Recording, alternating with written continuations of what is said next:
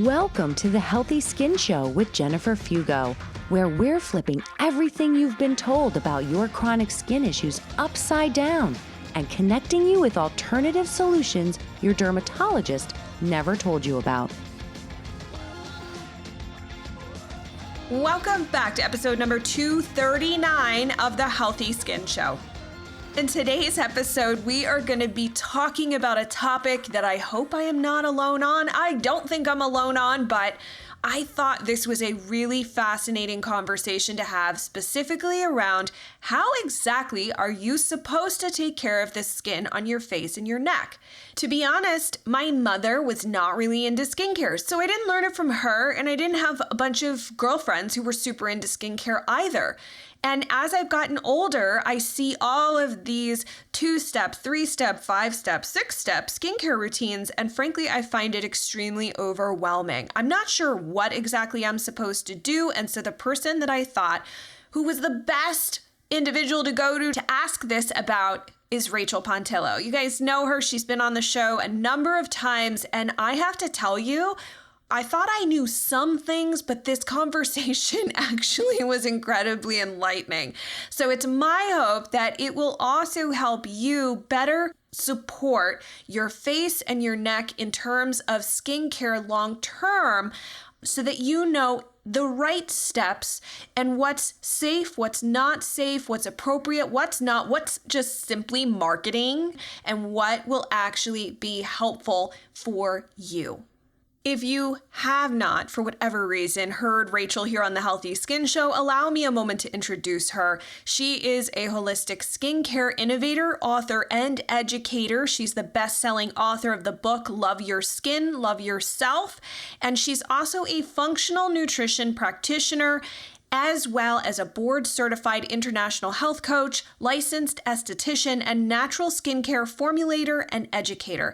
She's the president and co-founder of the Nutritional Aesthetics Alliance, the creator of the popular skincare healthy lifestyle blog called Holistically Haute, as well as the much-loved online course Create Your Skincare. She's an avid herbalist, skincare ingredient aficionado, and lifelong learner, and she is also a favorite guest here on the Healthy Skin Show.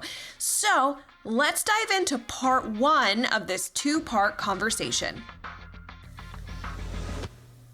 Rachael, I am so glad to have you back, especially with today's topic, because I feel like you're my go-to person for all things skincare, and that's what we're going to talk about today. So thanks for being here. Well, thank you so much for having me. It's always a pleasure. All right, so I'm going to admit to everyone here that I am not a skincare expert. I think you all have probably heard me say this before. I'm not. That's why I have Rachael on the show. That's why I have actually worked with Rachael. Rachael has helped me with my own skin. And I think maybe part of the reason that I've always had like a not so great relationship, especially with the skin on my face, which is what most of us like are usually worried about the most, except if we have severe rashes someplace else that's obvious, is that growing up, my mother was not super into skincare. I had acne as a teenager, and I was told to use Cetaphil to wash my face, and I wasn't super into makeup and whatnot, so I never really got beyond the you wash your face part of skincare. And I think that's where a lot of the confusion came about. So for anybody listening who's been like, oh, I understand that. I don't understand these like systems and sequences of steps. And how do you do, so wait, do you wash your face and then you put moisturizer on it? You're supposed to do stuff before that? Like, we're going to demystify this today. I know this is a little bit different of a topic, but I think it's worthwhile to have the conversation because many of us have sensitive skin issues or skin problems. And so I thought Rachael could help us learn how do we, just from a very simplistic perspective, how do we take care of our the skin on our face and on our neck, which I really have always had questions about, but we're going to talk about that today. So thanks, Rachael. What are your thoughts on that? Like those of us who are not really that tuned in and know how to do all of this with our skincare routine. Okay. Well, first of all, I want to say that I do feel overall that most people overcomplicate their skincare routines. And especially if you're someone who struggles with any type of skin condition like acne, like eczema, psoriasis, or just sensitivity, dryness, anything like that, there's a good chance that you've been told you've got to use all these products in this big system, and the products are formulated to work together and blah, blah, blah. And I'm telling you that most often it's overkill, and it's probably exacerbating the problem because, the industry wants you to keep buying products. So, Very true. Unfortunately, a lot of the products that are in kind of big cosmetics are intended to create some sort of a temporary visual effect so that you think you're getting results. But in the long run, it's not doing you any good because they want you to keep buying products. So I cannot tell you how many times when I work with a client whose skin is very angry, irritated, dry, anything like that, whether they have an active condition or not, usually the first thing we do when we look at their skincare products is, I ask, well, why are you using this? And what is it doing for you? Because sometimes people have like an emotional attachment to a brand or an emotional attachment to an idea. You mentioned your mom wasn't really into skincare. Well, sometimes if someone's mom was really into skincare, they grow up with this idea that they have to use all this stuff, where the truth is that it's often either not the right routine for that person or it's just overkill. So I really like to strip it down to basics for people and focus on giving them what they need to support their skin as it is now, while also gently working to help them topically to get the hydration, the nourishment, and protection they need. Because skincare really is an inside out and outside in job. You've got to really address it both ways, because the skin is our first defense against the elements, right? Especially the skin on our face, because it's exposed. Whereas the skin on our body is usually covered in most climates. It's usually covered, and it's also, the epidermal layers are thicker, whereas on the skin, it's thinner, it's exposed, and we just tend to do more to it. So I like to really start with encouraging people to take a lighter hand. I think that over cleansing and over exfoliating is a big root cause topically for many people. And I think because a lot of the cleansers on the market they're harsh. They're made with, mostly water, then usually some sort of a synthetic detergent to get that foaming action. And we've been sold this whole notion that skin has to be squeaky clean, otherwise you're not clean, and nobody wants to be thought of as unclean, God forbid. But the fact of the matter is that science has shown us that, hi, we have a microbiome, and we don't want to strip away all of the bacteria and microorganisms that are living on the surface, because they're actually there to help us.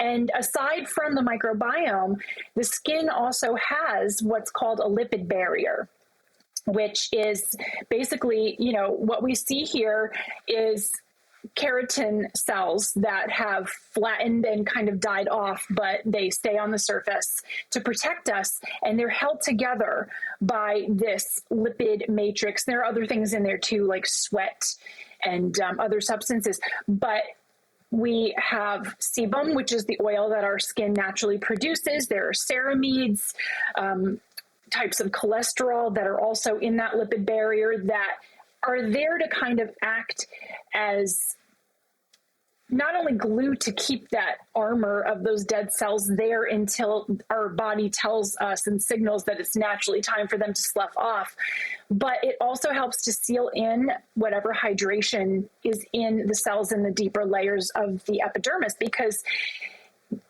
without that hydration, the cells can't function properly. And a lot of people believe that the epidermis, which is the outermost layer of the skin, is only these dead cells that are meant to fall off. But that's not true. There are other important cells that rest in the lower layers of the epidermis that have a lot to do with immune support, with pigmentation, And they have a lot of important things to do while they're rising to the surface. So that lipid barrier keeps our natural moisture in, and it also helps to keep things from the environment that are harmful to our skin out. And if we're constantly using cleansers that have those detergents in them, or we're using high alkaline soaps, or we are using exfoliants, whether our cleansers have some sort of enzyme or alpha hydroxy acid, or even a manual exfoliant like a scrub, if we're doing that on a daily basis, we are stripping away that barrier constantly, leaving the skin susceptible to environmental damage as well as dehydration. So from a practical perspective, just in talking about cleansing your skin, yes. Obviously cleanser for everyone who's listening is going to vary based off of a variety of factors. So like, for example, people are always asking me, what do you use to wash your face? And I'm like, I don't know if what I use personally is appropriate for you. And actually, you have helped me also realize that my skincare routine, especially what I'm using to wash my face, has to change with the seasons, because what I use in like kind of spring, summer into kind of like fallish when it's warm, overly dries my face as winter sets in, because you and I both live in an area where there are 4 seasons. Correct. And so what works for me doesn't work for somebody else. So like, for example, I use a bar soap. For those of you listening, if you're like, what, a bar soap? I had the same thought when Rachel made this suggestion to me. And I'm so glad you brought that up, because it's one of my favorite things to talk about. So let's talk about that. There's a bar soap as a cleanser. There's those milk cleansers, which is what I used to use, that got me in a lot of trouble with my skin. Then there's oil cleansing. Like, can we talk? And then there's foaming ones. So what are the difference between those? Okay. So there's a lot of different types of cleansers. I'm going to start by talking about the bar soaps, because there is this huge notion that soap is bad for your skin. And I mean, we have a whole cosmetics industry and this whole idea of non-soap cleansers, soap-free cleansers being better. Body wash came out of that whole idea that soap is bad. Not all soaps are the same. That's really important to understand, because the soaps that are the mass-produced conventional synthetic soaps that maybe you see on TV, or you see at the drugstore or even the grocery store, the way those have been made is not the same as how a handmade kind of plant-based soap would be made. The ingredients are very different. So a conventional soap is going to have oils that are usually petrochemicals, like mineral oil or white petroleum. So basically baby oil and Vaseline is what they use. And oh my. Yeah. So it doesn't mean necessarily that those are bad. It just means that they don't provide any actual nutrients to the skin.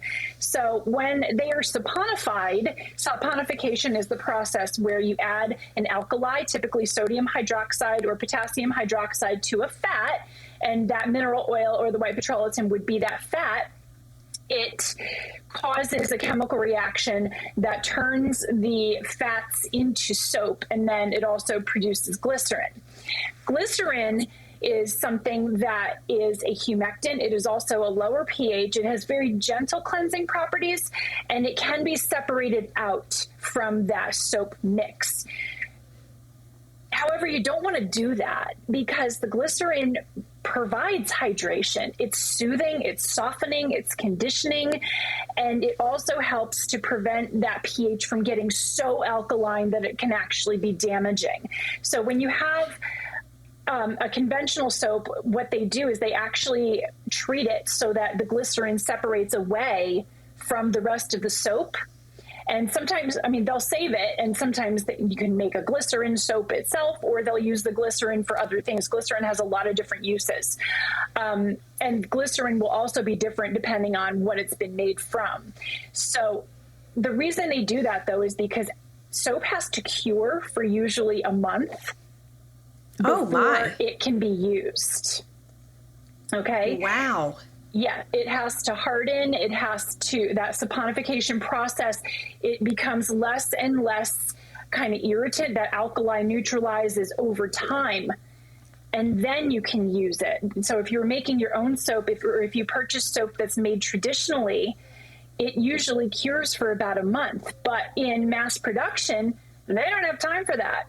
So they strip out the glycerin, which is that moisture, so that the other components of the soap dry fast and dry hard. Oh. So what you're left with is something that will give you very good foaming action, very good cleansing, but it's very, very drying, not to mention alkaline.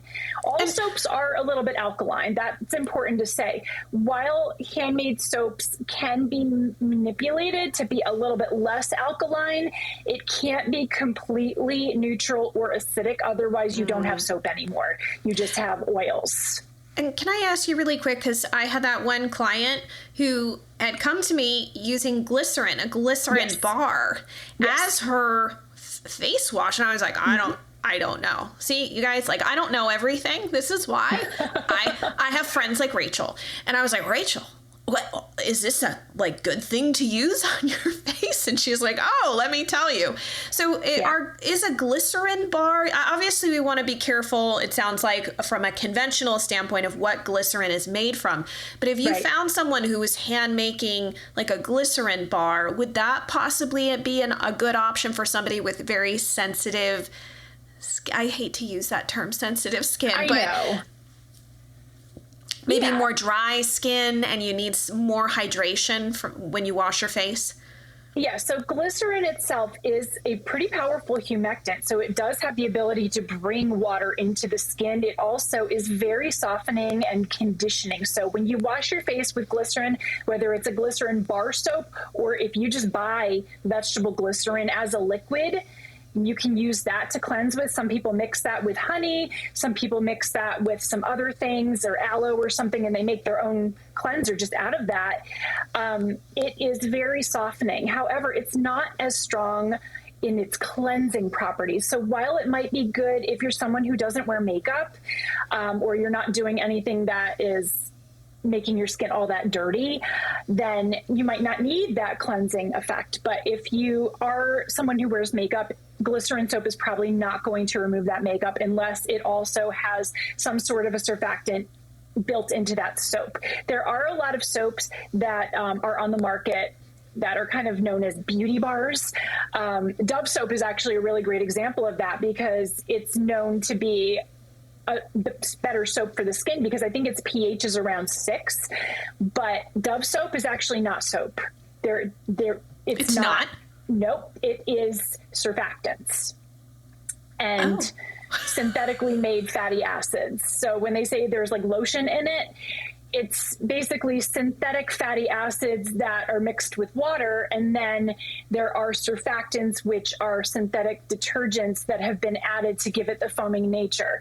So you're getting the moisture from the synthetic fatty acids in the water, and you're getting the foaming action from those surfactants, which surfactants are a type of detergent that what they do is basically, if you imagine the surface of your skin and there's like that lipid barrier, which, you know, any dirt or makeup will be in that lipid barrier, it basically just separates the dirt from the skin below and unfortunately usually washes away those lipids. But because it does have those fatty acids in it, it is a little bit more gentle on the lipid barrier in that way, but it's not a true soap because it's not actually a saponified fat product.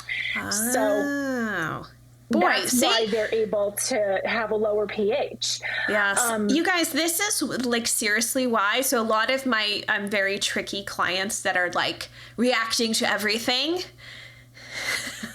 Rachel is kind enough to do consultations with them. I send them to Rachel because I didn't know any of this. She knows. This is the benefit of having somebody that's so well versed. And it's an interesting gift that you have that you've spent a long time honing too, Rachel, and learning all of this about how to take care of different forms of skin and looking at these various different factors to help somebody pick the right type, especially when they're going through like a crazy flare or something like that.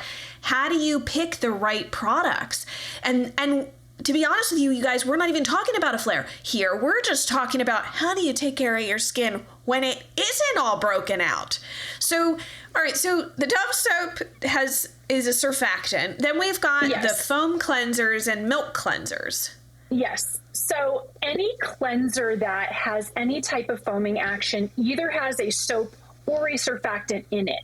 And I don't want the idea to come across that all surfactants are bad. They're not. There are plenty of surfactants that are plant-derived, that are non-toxic, and that are non-irritant. There are 4 different categories of surfactants. I'm not going to get into the whole chemistry thing of it here, but the main point is some of them are very harsh, very irritant. Sodium lauryl sulfate, sodium lauryl sulfate are 2 of the most skin and eye irritant surfactants that are still being used in cosmetics. I do recommend people avoid those because there is enough science showing that they cause detriment to the skin more than they cause benefit. And most people do not need that powerful of a surfactant or a detergent action on their face. They just don't. It's far too drying, too irritant. So there are other surfactants that are used in cream cleansers, milk cleansers.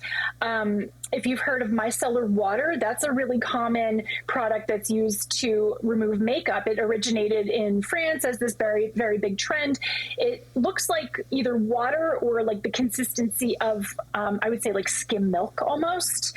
And what it is a humectant, like a glycerin or like aloe vera gel plus water, or a hydrosol can be used. And then a very specific type of surfactant, which creates a chemical reaction that provides enough oil to remove the makeup, but enough water to make it feel very refreshing. So it's almost like washing your face with water or skim milk. That's what it feels like. But that's really great for removing eye makeup remover. It's great if you like the idea of using oils to cleanse your face, but you don't like the feeling of using oils to cleanse your face. So that's something that is good. I would just make sure that if you do purchase a micellar cleanser on the market, make sure that it's fragrance free and as few ingredients as possible, because some of them are a little overly complicated for my dodgy. Yeah. And then, regular milk and cream cleansers are basically a cream or a lotion that you would use as a moisturizer with a surfactant added. So you would take one of those surfactants that I mentioned that are on the more gentle side, and you would add that to a regular cream or lotion formula. So that's, if you can tolerate a cream or a lotion, technically, you would be able to tolerate a milk or a cream cleanser. And the good thing about that is that the surfactant in it will cleanse. The oils in it will help to remove whatever makeup or any dirt that is oil loving, lipophilic from the skin without stripping it away, because it's actually putting oil back in. And it's also, you're having the benefit of the hydration, because all creams and lotions are emulsions, which are a mix of water and oil. So cream and milk cleansers I really like for people who have drier skin. I don't really like cleansers that are like a gel base. If you have either irritated skin, broken skin, or dry skin, because it's not putting any oil in and it's just taking things away. So even, I know a lot of people who have acne or eczema are told that they maybe shouldn't put certain oils on their skin, so they're given these gel cleansers. We all need both water and oil on our skin, and if we are stripping all that away with our cleanser, then we have to put it back artificially with moisturizers, and we don't really need to do that because our skin has it naturally. So I like to just cleanse away what our skin doesn't need, but keep what it makes that it does need, that's there for a purpose. Yeah. And you were saying too, there are some ingredients that are added to cleansers. Yes. That should not be added to cleansers because, well, you take it away. Well, let me tell you something about cleansers. It seems really obvious, but a lot of people just kind of forget about this when they're buying products that are maybe like in a system or something like that. Your cleanser is going down the drain. It's also staying on your skin for a matter of seconds. It is not there to actually cause any therapeutic effect. So when I see cleansers that contain really expensive oils like argan oil or rosehip oil, or active ingredients like retinol or vitamin C or green tea extract or anything like that, I think to myself, why? That they're just charging you more money. It's usually in there just so that they can charge you more money. It's not cleansing your skin better. It's not staying on the skin long enough to produce any beneficial effect. It's being washed off. So if you're going to buy products that have expensive oils or butters or performance ingredients or vitamins or herbs, keep that for a leave-on product like a serum and a carrier oil itself that's been infused with herbs, or a moisturizer that contains those. Do not spend a lot of money on your cleanser. I would rather see people wash their face with plain old honey and remove makeup with a plain old oil like olive oil or jojoba oil than to spend, $20, $30, $40 on a cleanser just because it has all this stuff in it. It is completely a waste of money. Thank you. Thank you. Yeah. I hope this saves everyone who's listening. Like, now you can be smart. You see those crazy ingredients in your cleanser, you're like, nope, I'm going to put that back. So unnecessary.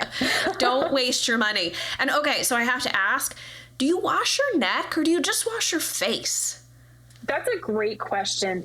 The neck is really important because it's as exposed as the face is, but I think a lot of people ignore it. So I do recommend washing the neck with whatever cleanser you're using to wash your face, not whatever you're using to cleanse your body, because most of the body washes or body soaps are a little bit stronger. They're for skin that's a little tougher and that isn't as exposed, okay? So I recommend whatever you use on your face, you can also use on your neck. You don't have to buy any separate neck products or anything like that. I know that there are like neck creams and neck serums and all that. That's just marketing. Whatever you use on your face, you can use on your neck, and it is beneficial to do that. I will show you just quickly, when you're working on the neck, you want to be working in gentle downward strokes. You don't want to be going up because the lymphatic flow is going down. So you want to be supporting that. So wash just very gently with gentle downward strokes. And then for the face, you can kind of come up on the jawline and up and out for the face, but downward strokes for the neck. Fair enough. All right, so we wash the face. Now we've got step one going. Yes. Washed off the cleanser, whatever you chose to use. And then you said, Jen, well, you need to use a toner of some sort. And I'm like, a toner? Yeah. Don't those sting? Like, I don't know. My experience with toners must not have been good earlier in life. Mine wasn't either. Not gonna lie. What is a toner? And can we talk about the differences? Because I came to learn from working with you that, like, for example, we ended up doing a Hydrosol for my skin. Yes. But using it as like a toner. So can we talk a little bit about that? This would be step 2. Absolutely. So after you cleanse, it is a good idea to use a toner. The main purpose is to kind of help bring the pH back down, because whether you're using a non-soap type cleanser or an oil or a regular soap-based cleanser, the pH of water is already higher than what the pH of the skin is. The skin's pH is more acidic, and it needs to be that way because that's what its microbes need in order to thrive. So, we all wash with water, so we're all going to be exposed to that higher pH. And if we're using a higher pH cleanser, that can kind of throw things off. So the toner is a little bit more acidic, not super acidic to the point where it burns. Some of the old-fashioned toners really were. They were super acidic, and then they had other really drying ingredients like alcohol in them, which really made people have dry and sensitive skin, which is kind of how toner got a bad rap. But really the purpose of a toner is to help kind of refresh it after cleansing and reset that pH. And a toner can stay on the skin or it can be wiped away. A Hydrosol, which is a product that comes from steam distilling plants. When you make essential oils, one way to do it is by steam distillation, where you put the plant matter in this big copper or glass still. You boil water under it, steam carries the volatile compounds and the water-soluble compounds up and over. It condenses again and separates out into essential oils. And then the Hydrosol is the water that comes from it condensing. So the Hydrosol has a lot of the benefits that essential oils have, but it's a lot less concentrated, but it's still aromatic. So if you like the smell of, say, lavender essential oil, lavender hydrosol smells the same way, but you can use it a lot more liberally. You don't have to worry about dermal limits. It's safe for pets, safe for children, and it's also a water-based product instead of an oil. So it's something that also is closer to the skin's pH. And you're getting not only some of the volatile compounds that are beneficial and therapeutic, but also some of the water-soluble compounds that get carried up in the steam. So you're getting antioxidants, certain vitamins, other nutrients in a hydrosol that you might not necessarily get if you were to just like make an herbal infusion or boil rose petals or something like that, because you're getting the pressure and the heat from the steam in that process. So I really like using hydrosols and toners. There are plants that have naturally astringent properties, which means that they gently encourage firming and tightening, which can be great for people who have redness. Rose hydrosol, for example, is one that naturally is vasoconstricting, which means it gently helps to constrict blood vessels that are distended, but it does so in a way that it's not interfering with the skin's natural processes or the natural process of circulation. That's just one of the properties that rose has. And there are other plants that do that too. Cucumber is another one. Interestingly, cucumber hydrosol smells like pickle juice. So you might have to be careful with that one. Well, the one thing I did learn, I think it's worthwhile me mentioning, was actually at Whole Foods looking for a hydrosol, and I found these hydrosols, which came from like an organic company, but had alcohol in them. And so I just want to make everybody aware of that. You are looking for, and correct me if I'm wrong, Rachel, but you're looking for a hydrosol if you do purchase one that does not have any preservatives, right? Or alcohol in it, or talk a little bit about that. Let me pause on that. So it depends on the hydrosol. There are some hydrosols, like rose hydrosol, if it's a very good quality rose hydrosol, it actually inherently has a compound called phenylethyl alcohol, which is a naturally occurring antimicrobial. So that might have a longer shelf life than a different hydrosol that does not have that compound. So it really does depend on which hydrosol it is. So it's not uncommon to see a preservative in a hydrosol. Not all preservatives are bad. It is a water. So anytime you have a product with water, that means that the potential for microbial growth is there.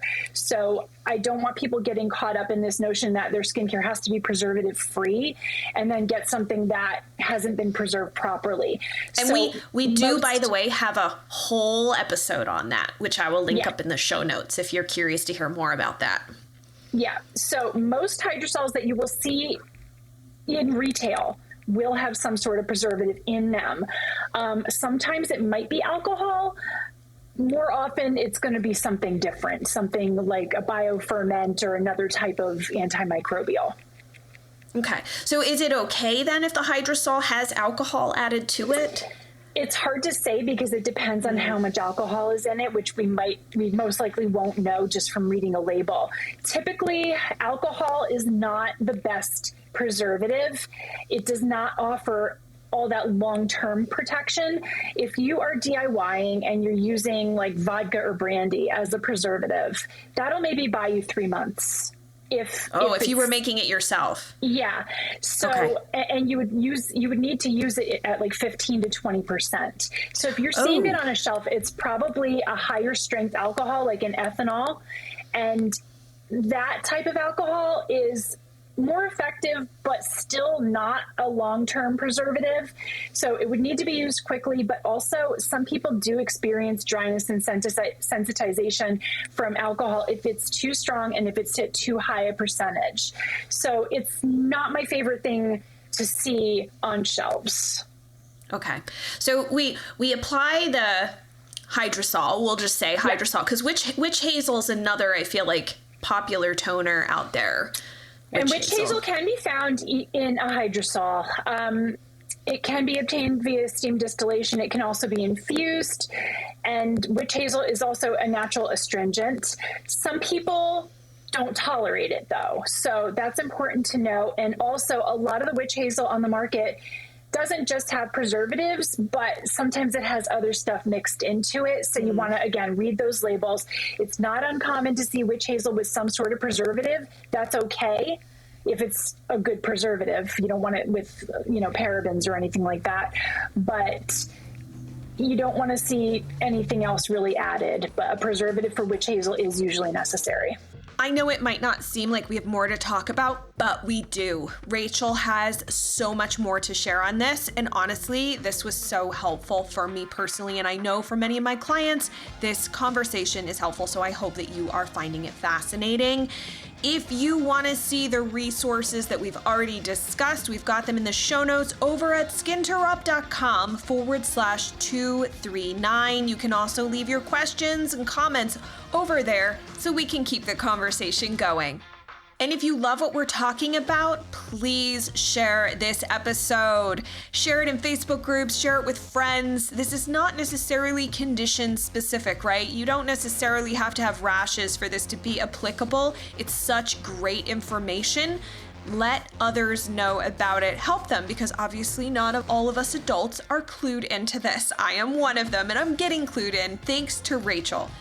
And if you love the Healthy Skin Show, you love everything we share, write a review, rate the show, then hit the subscribe button. That way you never miss weekly doses of information like this to help you rebuild healthy skin. And if you're over on Instagram, please, let's connect. I'm at Jennifer Fugo. Thanks so much for tuning in, and I look forward to seeing you in part 2 of this conversation.